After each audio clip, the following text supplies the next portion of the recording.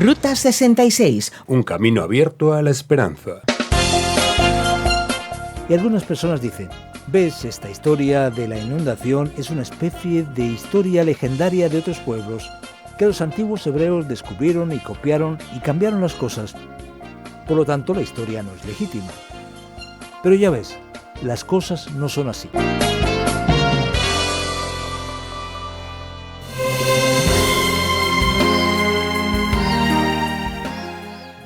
Prepárate porque caerá la más grande tromba de agua, la más impactante tormenta de toda la historia. Te habla Esperanza Suárez y aunque no soy, por supuesto, la chica del tiempo, la encargada de la parte meteorológica, te voy a acompañar en esta aventura pasada por agua, podríamos decir, hoy en nuestra Ruta 66. En el último programa estuvimos aprendiendo sobre la decadencia de la raza humana en los días de Noé y hoy vamos a enfrentarnos a una terrible tormenta que se registra en Génesis en los capítulos 7 y 8. El tema del estudio de hoy es el mayor tsunami de la Tierra.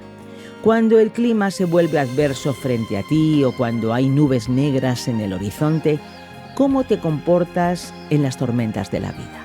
Ahora no es el momento de abrir el paraguas, no. Ahora es el momento de abrir tu Biblia y encontrarnos al Señor del tiempo. Aquí estamos una vez más en Ruta 66, hoy hablando de lo que sería el mayor tsunami de la historia en Génesis. Nos vamos concretamente a Génesis capítulos 7 y 8. Es la historia del diluvio. Vimos en el capítulo 6 que Dios había anunciado el gran diluvio que habría de caer sobre la tierra. Ahora tenemos en estos próximos capítulos 7 y 8 la descripción de la gran inundación, el tsunami más grande en la tierra. Muchas personas se sorprendieron y se entristecieron con tsunamis recientes en la historia, como el del sudeste asiático en el año 2004 o el de Japón en 2011. Aquí en la historia del diluvio tenemos un desastre aún mayor, más grande y tremendo, que destruyó a toda la humanidad de la época de Noé. Por lo tanto, ante una situación como esta, debemos prestar atención al texto bíblico y ver sus grandes lecciones. El diluvio bíblico se describe en los capítulos 7 y 8 del libro de Génesis, que habla sobre cómo esta catástrofe golpeó la tierra y destruyó a la humanidad y los animales. La Biblia nos dice que este diluvio comenzó en la parte superior e inferior de la tierra. El texto sagrado nos dice en el capítulo 7, versículo 11, que el día que Noé cumplió 600 años, 1 mes y 17 días, es decir, más o menos como si fuera el 17 de febrero de la vida de Noé, después de cumplir 600 años, brotaron las fuentes de las grandes profundidades y se abrieron las compuertas del cielo y la lluvia cayó sobre la tierra durante 40 días y 40 noches. Esta gran inundación fue causada por dos fuentes distintas de agua. El agua que vino de arriba, que es naturalmente lluvia que vino de las nubes, y por otro lado el agua que vino de grandes depósitos subterráneos que se abrieron. Así que el agua de todas partes llegó a la tierra, lo que trajo una inundación sin precedentes. Esta declaración del texto está en línea con lo que vimos anteriormente en el libro de Génesis, cuando la Biblia habla de las aguas de arriba y las de abajo, por lo que las aguas que surgen del diluvio tienen ese mismo origen. El diluvio comienza el 17 de febrero en la vida de Noé, en su año 600. Y sucede de la siguiente manera. Hay 40 días de lluvia, día y noche sin parar, trayendo la total inundación. Este periodo continúa por más de 5 meses, hasta 150 días en los que tenemos las aguas prevaleciendo y predominando sobre la tierra. Ha estado lloviendo durante 5 meses, pero las aguas continúan aumentando y dominando la faz de la tierra. Solo casi un año después, la cosa cambia. Usando el lenguaje del texto bíblico, el primer día del 10º mes, por lo que son aproximadamente 7 meses y medio después del comienzo del diluvio, las cosas comienzan a cambiar y las primeras montañas aparecen allí, cuando las aguas comienzan a disminuir. empiezan a retroceder y finalmente a principios del año 601 de la vida de Noé, las aguas terminan secándose en la tierra. Y la tierra solo estará completamente seca el día 27 del segundo mes, como si fuera el 27 de febrero del año 601 de la vida de Noé, por lo que el diluvio termina durando más de un año y afecta a toda la tierra. Lo que vamos a ver en este gran diluvio es que Dios cumplió su palabra, la palabra de juicio que tardó 120 años en llegar. Finalmente se cumplió. Y ahora el juicio llegó a toda esa humanidad incrédula que no creía en la venida de ese tremendo diluvio anunciado por Noé. El texto dice claramente en el versículo 22 que todo lo que estaba en tierra firme y tenía aire en las fosas nasales murió. Todos los seres vivos fueron eliminados de la faz de la tierra, tanto hombres como animales grandes y pequeños que se mueven por el suelo, y las aves del cielo. Solo quedaron Noé y aquellos que estaban con él en el arca. Y las aguas se elevaron hasta 7 metros sobre las montañas, por lo tanto superaron cualquier altura, cubriendo todo lo que estaba sobre la faz de la tierra. Y no solo Dios cumplió su promesa de juicio, sino que también vemos la acción divina en preservar y salvar al que es fiel. Noé y toda su familia fueron preservados de una catástrofe de proporciones incomparables que duró más de un año. Y fueron preservados en este arca que tenía muy buenas condiciones y medidas para flotar, como se reconoce hoy en día. Este arca realmente logra sostenerse y preservarse físicamente. Se mantiene frente a tanta humedad y tanta lluvia. Y Dios también preserva a los animales. Mantiene a Noé vivo con todos los que están allí. Podemos decir que la preservación y la salvación son marcas registradas aquí del diluvio. El diluvio termina cuando vemos a Noé tratando de ver lo que sucedió. Primero suelta un cuervo, luego suelta una paloma, y sigue hasta que reconoce que las aguas realmente se han secado por completo. Cuando suelta la paloma por última vez en el versículo 9 del capítulo 8, la paloma no regresa, y por lo tanto Noé en el versículo 12 descubre que la tierra está completamente seca. Y por lo tanto el arca se detiene en las montañas de Ararat, y desciende con la familia y con todos los animales tras este periodo de juicio tan grande. En este contexto, en esta situación, Noé muestra su gratitud a Dios y lo primero que va a hacer es adorar a Dios. Y establece allí un altar donde ofrecerá su dedicación al Señor. Se ofrecen los animales preparados para ello. Los que tenían 7 parejas en el arca. Ellos son ofrecidos allí en un holocausto. Y Dios está complacido con la gratitud que muestra Noé por haber sido preservado en el gran juicio que cae sobre la tierra. Así que este es otro elemento especial que aparece en este capítulo. Y finalmente tenemos la misericordia y la bondad divina, superando su juicio como dice la misma Biblia, la misma palabra de Dios. Dios se enoja, pero su misericordia, su bondad no tiene fin. Por lo que Dios establece un pacto con Noé, en que no volvería a destruir la tierra como lo hizo en el momento del diluvio. El texto bíblico dice que Dios ya no maldecirá la tierra por causa del hombre. Tampoco volveré a destruir a los seres vivos, dice el Señor, como acabo de hacer. Dios garantiza aquí su bondad a pesar del juicio necesario que trajo. La gran manifestación de la ira divina. Dios en su bondad promete nunca destruir la tierra de la misma manera debido a su gran amor.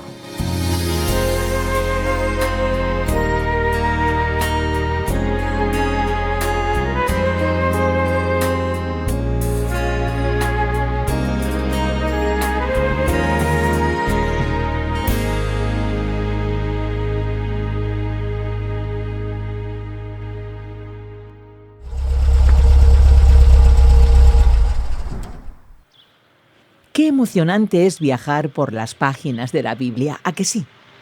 Tienes razón. Y si tenemos un mapa que nos ayude en este viaje, mejor todavía. Solicita nuestra guía con introducciones y preguntas escribiendo a info@radioencuentro.net o al número 601 20 32 65 con el prefijo +34 desde fuera de España. Repetimos, info@radioencuentro.net y 601 20 32 65 con el prefijo +34. Perfecto, nuestros amigos han tomado nota. Y ahora nos vamos con las preguntas del estudio de hoy. Ruta 66 es un programa original del profesor de Biblia Luis Sayao, producido por Radio Encuentro, Radio Transmundial en España, un programa traducido por Mateus Rodríguez, presentado y adaptado por el profesor de Biblia y comunicador Fernando Díaz Sarmiento. Recuerda que nos puedes plantear tus sugerencias y tus comentarios en el WhatsApp 601 20 32 65 con el prefijo +34 desde fuera de España. Además, por supuesto, del correo electrónico info@radioencuentro.net.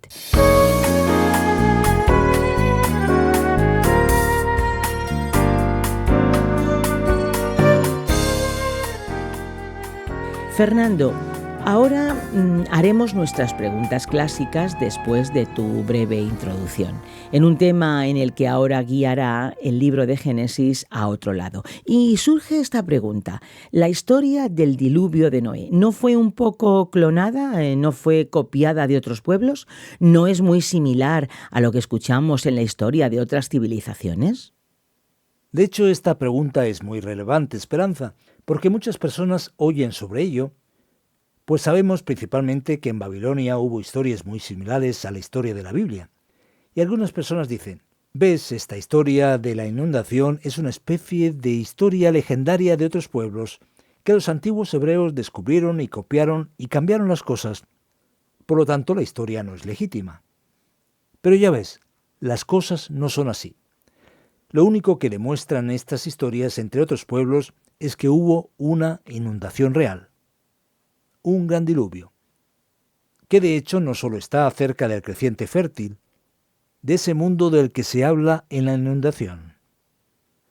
Hay más de 200 historias sobre el diluvio por todo el mundo. Esto sugiere que cayó mucha agua. No es posible que tanta gente hable sobre el mismo tema sin que haya sucedido nada. Ahora, por supuesto, que la historia sucedió. Y cada persona, cada grupo contó su versión. En la Biblia encontramos la versión según la fe del pueblo de Israel. Cuando vamos a ver las otras versiones, son mucho más extrañas, legendarias y complicadas, adaptadas a la realidad de su religión. Por lo que está claro que en la Biblia la historia va a reflejar el enfoque de la palabra de Dios y la revelación divina. Y lo que vamos a descubrir es precisamente lo contrario, que hay una prueba de que esto realmente sucedió, porque de lo contrario la historia no sería tan común como la vemos. Entonces, mirando la perspectiva bíblica del pueblo judío tal como la entendemos, ¿cómo puede ese Dios tan bueno permitir esto? ¿El Dios de la creación tan poderoso y amoroso de repente permite un terrible tsunami, una lluvia terrible que termina con todo y con todos y deja solo un pequeñito bote flotando? ¿Qué Dios es este? Esta pregunta es muy importante. Dios no solo lo permitió, sino que envió el diluvio. Por lo que hace que el problema sea aún más grave y más complicado para la nueva forma de entender. Lo que está a la vista aquí es la realidad de que Dios no puede tolerar el pecado, por lo que Dios no puede renunciar a su justicia. La justicia de Dios no puede anular su amor. Por lo que el nivel de maldad y pecaminosidad ha llegado a ese punto en que Dios tuvo que intervenir. De la misma manera, cuando escuchamos que un tipo malvado violó a un niño, ¿quién puede sentir pena por esa persona perversa? Nadie dice, ¡ay, pobrecito! No. Todos se sienten indignados ante una gran injusticia. Imagínate a Dios en su santidad en la cuestión del diluvio. Es que el mal llegó a un punto en el que si Dios no hiciera algo muy rápido, ya no habría ningún justo en la tierra. Entonces, en cierto modo, el juicio de Dios en el diluvio es también una manifestación de su misericordia, porque había riesgo, por decirlo así, de que Noé mismo y su familia fueran dominados absolutamente por esa generación malvada. Podrían haber incluso matado a Noé. Podrían haber obligado a Noé a comprometerse con el mal de una manera que ya no habría ningún justo en la tierra. Es similar a esa idea que vamos a repetir nuevamente. Si alguien tiene cáncer en el dedo, esa persona necesita operar el dedo, necesita sacarlo. No puede permitir que el cáncer se apodere de ese cuerpo. Llega un momento en que no hay nada más que hacer, por extraño que parezca el gran juicio de Dios en vista de su misericordia hacia la humanidad y su futuro. De lo contrario, ni siquiera estaríamos aquí para hablar de eso. Entonces hay dos lados, dos perspectivas, un lado cruel que termina con todo y un lado amoroso. Dios aún preserva su plan de redención y una pregunta más que nos lleva a hacer una mueca. La inundación, el diluvio, ya que realmente sucedió, ¿afectó al mundo entero, al planeta en su conjunto, o fue un asunto ubicado únicamente allí, en esa región? ¿Cómo salimos de esto? Aquí no sabemos con absoluta certeza lo que sucedió. La inundación en la región mesopotámica está más que probada por la arqueología. La pregunta es, ¿qué tan lejos llegó? Muchos creen que el diluvio fue universal porque la Biblia dice que fueron muchos días de agua y que las aguas subieron y cubrieron más de 7 metros sobre la montaña más alta. Ahora existe la dificultad de creer en una inundación universal porque cuando dice que cubrió la montaña más alta del mundo, de la Tierra, este mundo puede ser la región, no necesariamente el mundo entero. Tenemos problemas porque si la inundación fue universal, la primera pregunta es, ¿de dónde vino todo este agua? Y es que es demasiada agua, mucho más de lo que tenemos hoy en el océano. Y otro problema es que cuando terminó la inundación, ¿a dónde fue a parar tanta agua? Hay intentos de responder, pero es difícil. Entonces la otra pregunta es, ¿viajarían los animales de un continente a otro? Por ejemplo, un oso que vive en Alaska, un hipopótamo de África o un canguro de Australia, ¿habrían viajado? Y la pregunta no es si podrían haber viajado. Si Dios podría haberlo hecho, la pregunta es, ¿por qué la Biblia no menciona nada al respecto? Otra dificultad es unir el agua del río con el mar, totalmente como pasó. ¿Pueden sobrevivir acaso los peces del río? ¿No se terminaría con los peces de agua dulce? Si se tratara de algo mundial, entonces ¿cómo se puede alimentar y colocar a todos los animales del mundo en un arca que, a pesar de ser grande, tiene sus limitaciones? Y la otra pregunta es, si el diluvio hubiera sido realmente universal, ¿por qué entonces Noé no predicaría a todas las personas que vivían lejos para que recibieran el mensaje? Así que estas preguntas plantean la posibilidad de que la inundación fuera conocida en todo el mundo en ese momento, que ocurrió en un área grande, y que fuera la inundación más grande de todos los tiempos, pero que tal vez no llegó a toda la tierra. Aún así, no sabemos la razón. Si la inundación fue parcial, ¿por qué hacer un arca? Sería más fácil para Dios enviar a los animales a huir a otras regiones. No habría necesidad de construir un barco tan complicado. Si la inundación fuera parcial, ¿cómo fue posible que las aguas cubrieran las montañas de Ararat, que son muy altas? Esto quizás llevaría este agua a una región mucho más allá de esa zona. Y Dios dice después que la inundación no se repetiría. Si fue solo una inundación parcial, podríamos decir que se está repitiendo. Entonces, ¿es realmente así? Además, la Biblia dice que toda la humanidad descendió de Noé. Si la inundación fue parcial, ¿están los otros pueblos fuera de ella? Así que esta es una pregunta difícil. La mayoría de los estudiosos, a pesar de las dificultades, piensan que la inundación fue en un área grande, pero tal vez no fue tan universal como la posibilidad en la que la mayoría de la gente todavía piensa. Pero entonces, cuando pensando en una inundación como esta, lo que llama la atención es el tamaño del proyecto.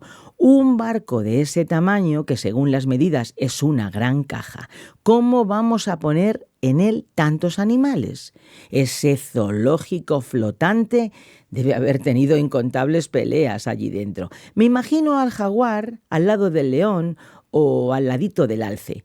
¿Cómo se comportaron en ese transatlántico? Esta es otra dificultad. Si la inundación fue universal, la dificultad es mucho mayor porque tenemos muchos más animales de todo el mundo, que sería una complicación mayor. Si la inundación fue regional o parcial, la dificultad es mucho menor. Y además hay que considerar en primer lugar que los animales en un momento de catástrofe no solo presienten las cosas, sino que también tienden a hibernar, a descansar.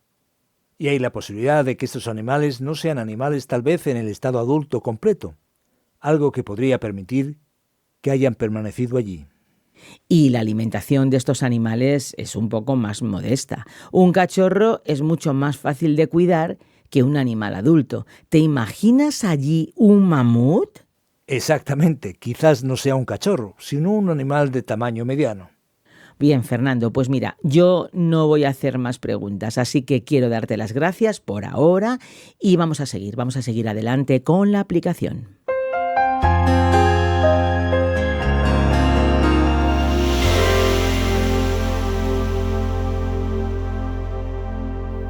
Después de estudiar el diluvio de Génesis 7 y 8 y ver cómo Dios trajo una gran salvación a Noé y su familia y a los animales, tenemos aquí algunas aplicaciones importantes para nuestras vidas. El primer énfasis que queremos dar es que Noé fue salvo porque creía en la palabra de Dios, en la palabra divina. Noé no tenía nubes. Posiblemente no había tenido experiencia de lluvia en su vida, ya que leemos que Noé no tenía una sociedad que lo apoyara. Solo tenía una cosa para definir los futuros horizontes de su vida: la palabra de Dios. La Biblia nos dice que la fe viene al escuchar la palabra divina, que el fundamento de nuestra esperanza es la fe. Noé fue simplemente salvado y preservado por creer en la palabra de Dios, sabiendo que el juicio estaba absolutamente definido, que era cierto. La pregunta aquí, mi amigo, mi querido oyente, es ¿cómo manejas tu vida? ¿Hablas de acuerdo a la palabra de Dios o por lo que escuchas, por lo que oyes? ¿O te guías por otros parámetros? Este es uno de los elementos fundamentales que aprendemos en la historia del diluvio, de esta gran inundación. Y la segunda cosa que sin duda merece nuestra consideración aquí es la renovada misericordia de Dios. En tanto que el juicio vino, el juicio es también una expresión de la misericordia divina. Vemos a Dios en su bondad ante tanta tristeza y tanto pecado y maldad, que aunque Dios trae juicio necesario sobre la tierra, Dios decide preservar al ser humano renovando su misericordia. Podría eliminar al ser humano que había creado, pero en cambio Él se conmueve tanto en su corazón que promete no destruir más la creación como lo había hecho esta vez, demostrando que siempre hay esperanza en la misericordia divina. Porque la Biblia misma nos recuerda que las misericordias del Señor se renuevan cada mañana. Nuestra gran felicidad, nuestra gran esperanza es que Dios renueva su misericordia hacia nuestra vida todos los días. Así que, querido amigo, querido oyente, colócate bajo la misericordia de Dios y guía tu vida de acuerdo a su palabra y seguramente serás bendecido. Que Dios te bendiga.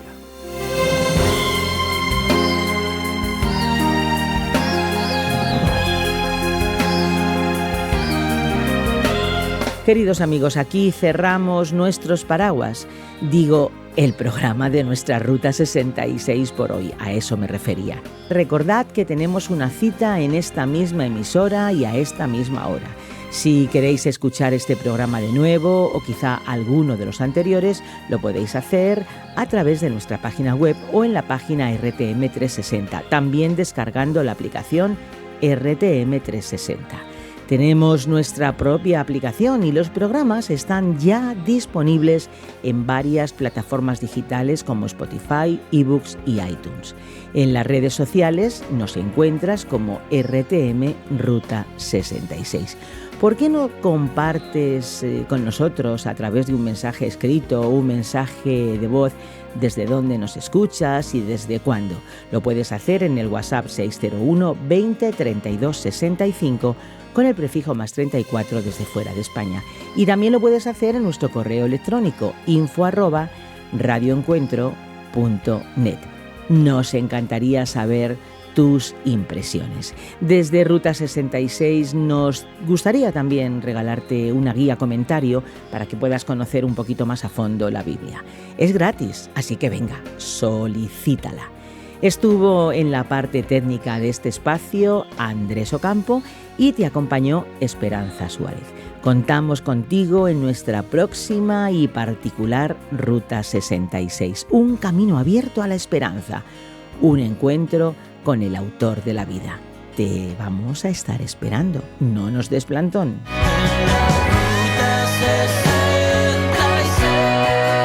Descarga la app de Ruta 66 y sigue RTM Ruta 66 en las redes sociales. Aquí te esperamos.